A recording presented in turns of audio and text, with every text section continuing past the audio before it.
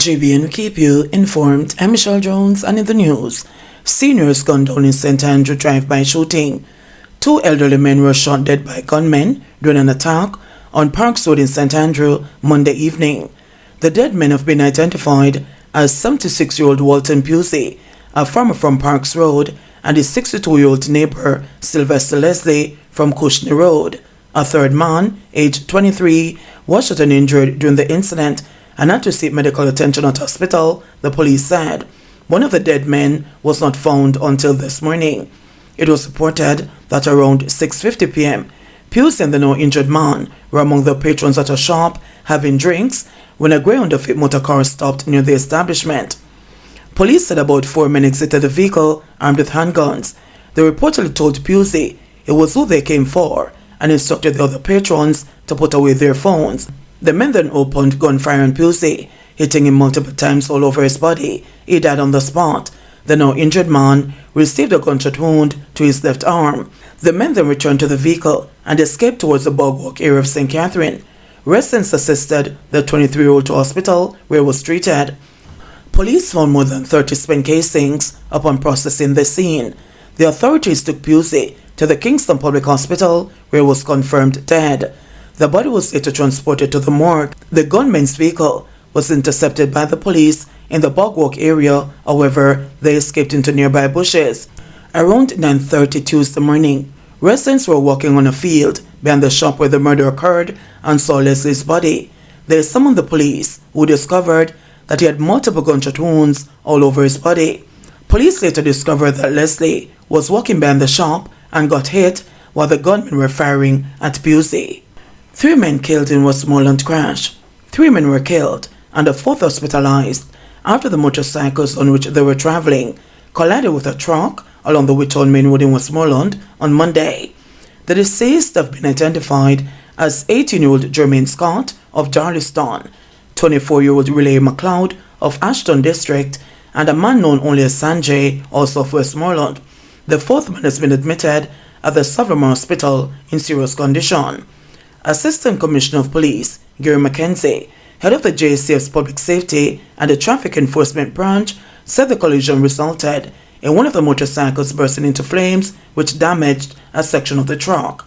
Based on what we gathered, the Freightliner motor truck was traveling from Whittown towards Ferry. Upon reaching about 350 meters south of the Galloway and Waterworks intersection, the 3 motorcycles that were traveling in the opposite direction failed to maintain their course in the left lane and crashed head-on with the motor truck. As a result of that, the 3 motorcyclists, along with 1 pillion rider that was on one of them, were seriously injured. Unfortunately, the 3 drivers of the motorcycle died at the Savannah Mar Public Hospital. We have also noted that the drivers of these motorcycles, despite the efforts of the police to get on top of them, they tried to elude the police, and they most of the time use these motorcycles during the hours of 6 p.m. to 12 midnight. Notwithstanding that, we have to try our best to get on top of it. Up to October 17, there were 324 road fatalities, resulting from 299 collisions. The National Road Safety Council reported that as of October 12, motorcyclists accounted for 105 deaths. ACP Mackenzie has lamented that most of the fatal crashes involving motorcyclists have occurred in the parishes of Westmoreland, St. Elizabeth, Hanover, and Manchester. He is appealing to drivers of motorcycles who do not adhere to the rules of the road to change their behavior, as it is costing lives. Suspect on the run after lodging spade handle in man's head in St. Elizabeth. The St. Elizabeth police have launched a manhunt in search of a man who allegedly used a spade handle to kill another man by lodging the object in his head during a dispute in Trial District near Junction in St. Elizabeth on Monday. Police named the deceased man as Joe Witter, 24, otherwise called Iron, a resident and laborer of Trial District. A police report said about 3 p.m., Witter and a man were at a bar on the Down Country Main Road in Trial when an argument developed between them. Police said the man left the bar and went outside and waited for Witter. Police reported that Witter was attacked by the man with a metal object and hit several times in the head. The man escaped on foot in the area, the police said. According to a source, the suspect is believed to be of unsound mind. It is also said that Witter was trying to walk away from his attacker by going to his motorcycle when he was bludgeoned with a spade handle, resulting in it being lodged in his head, causing him to collapse. Witter was taken to hospital where he was pronounced dead.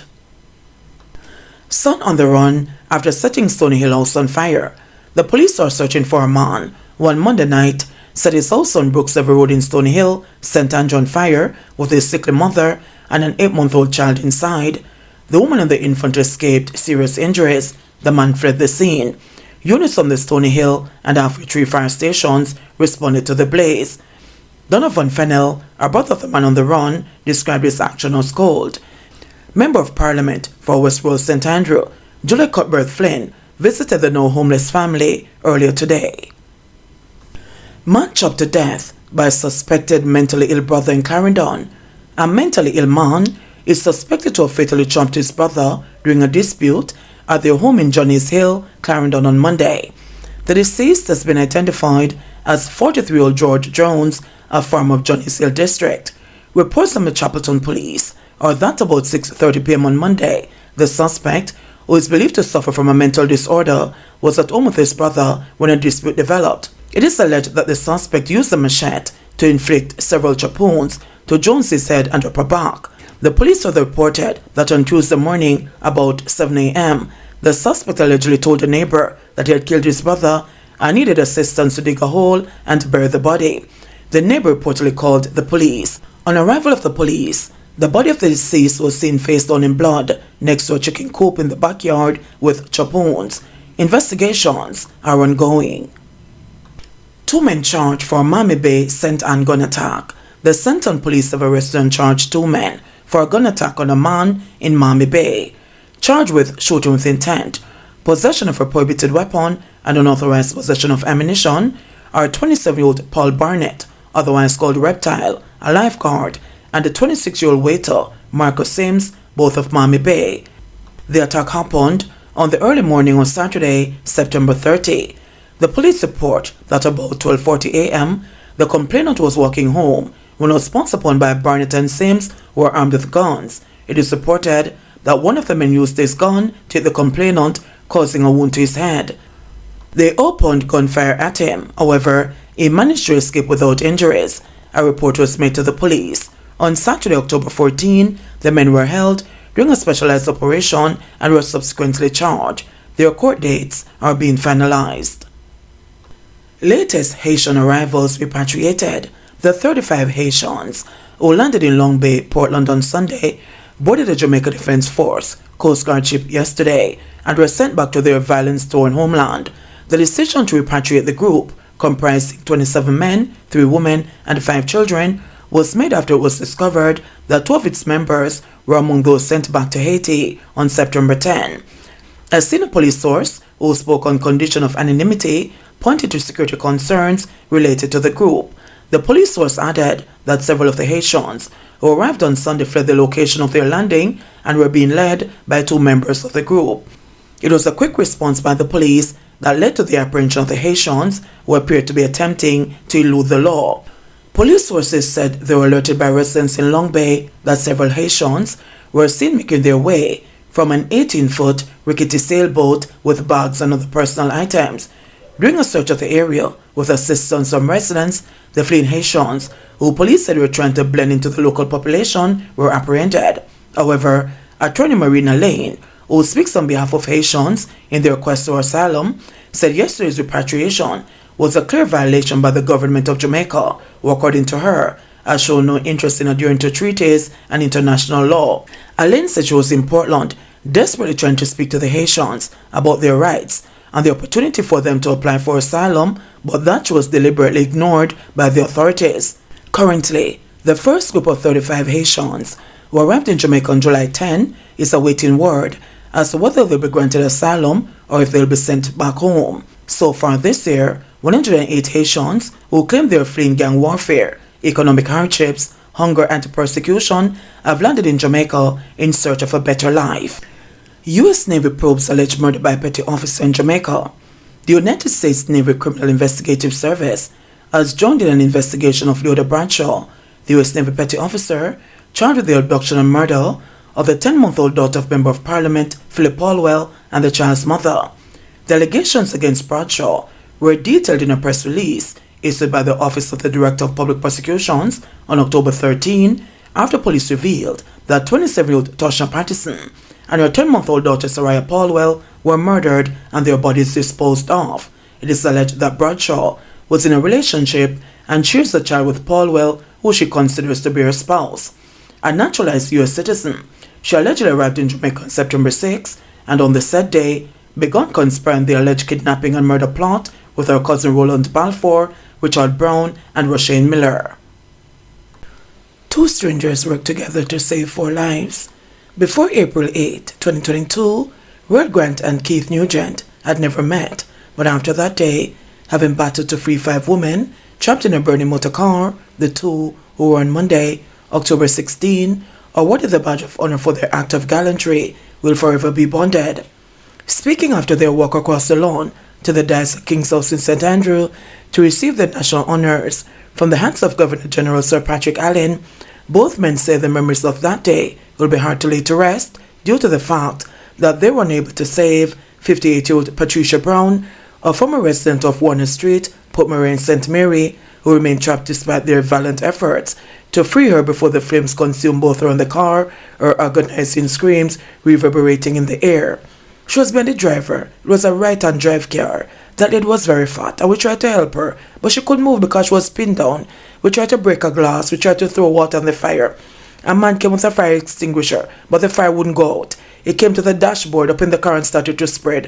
One other man broke the glass and her foot came out, but we just couldn't help her, Grant recalled. Grant, a farmer resides in St. Thomas, said on the day in question he was traveling from Rowlandsville district, where he lives, when he met upon the motor car with the ill-fated occupants aboard. I was driving behind a car, but the road had some very sharp corners, so I really didn't see the car while I was driving, but I knew it was in front of me.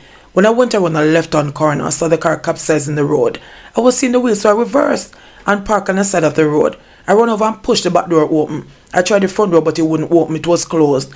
When I pushed up the front door, the weight of it brought it back down on me, so I pushed it again with some more force. I saw people inside cuddled up crying. Grant reminisced. He said in running to get his phone to summon cops, he saw Nugent, who had also been driving along the roadway. Me said to him, some people in the car. When me looking at the front of the car, the engine was on fire. So him come and was helping. Some other people come too, because there was a funeral going on in the district, so we pulled them out one by one. We pulled out 4 persons, he said. Brown, however, remained trapped. Her cries and screams dreadful to the helpless rescuers. It had run through my head, but just to consider, it's the first me experience something like that. Me think about it enough time. What really listening to was that I didn't know the individual. I didn't see her like how I can see her. Even when she was in the fire, I couldn't see her. I could only see the color of her clothes, Grant said. Afterwards, I see a photo of her. That's when me feel it more. Only to know that when the news was read in the evening and people know me, see me, then a lady called me and say, the lady is my auntie. And then me feel it even more, he said sadly. The memory, he says, is still potent. When me pass the spot right now, because it's in my district, it is so painful. But God knows we do our best. We save 4 out of 5. While there was afraid saying, I wonder if his car is going to blow. But we tried our best and God was there. God was there, Grant added. For Nugent, an internal auditor, the experience and the images have lingered. He said the fate of the 4th woman pulled from the car could have been the same as the 5th if he had not decided to run back one more time to the burning vehicle. The individuals were motionless initially, and then after calling and calling out to them start to move around. The first 3 could have helped us to help them. The 4th was an elderly lady, so it was very difficult to get her to a height where we could assist her to come out. She wasn't able to stand on the seat, so we could get her arms and lift her, said Nugent, who alongside his wife and a relative were en route to a funeral in the area at the time of the incident. We tried numerous times. Even when Mr. Grant and everybody else stood off, I was trying. Then I start to feel the heat on my chest and I run off. Because I start to hear my wife and aunt scream, say, come, it a go blow. So I run off. But when I look, she was standing in the car. And the image of her standing there and the thought of her perishing was too much. So I turn back again and I call out. And Mr. Grant and one of the ladies to get out of the car come back. And the 3 of us were able to get her out, he said. After lifting her to safety, Nugent, who had been lost in the moment, realized that other cars were too close to her comfort. He recalls instructing individuals to move their vehicles to safety before the blazing car exploded. After that was done, I'm hearing the screaming and the fire engulfing the car. It get much more terrifying. I was shaking from the exhaustion and the smoke inhalation and I start to feel dizzy. So I get in my car and I drive off. And I take one alternate route to the funeral, he said, a faraway look in his eyes. It took a while to be able to sleep. My aunt, my wife, their death was affected. It took a toll on all of us. It is one of those things you wish you never have to do again, he stated grimly. On Monday, 205 Jamaicans were conferred with national honors and awards at the ceremony of investiture and presentation of national honors and awards at King's House. JBN will keep you informed. Please remember to subscribe, like, share, leave us a comment, and click the notification bell to receive our daily news items.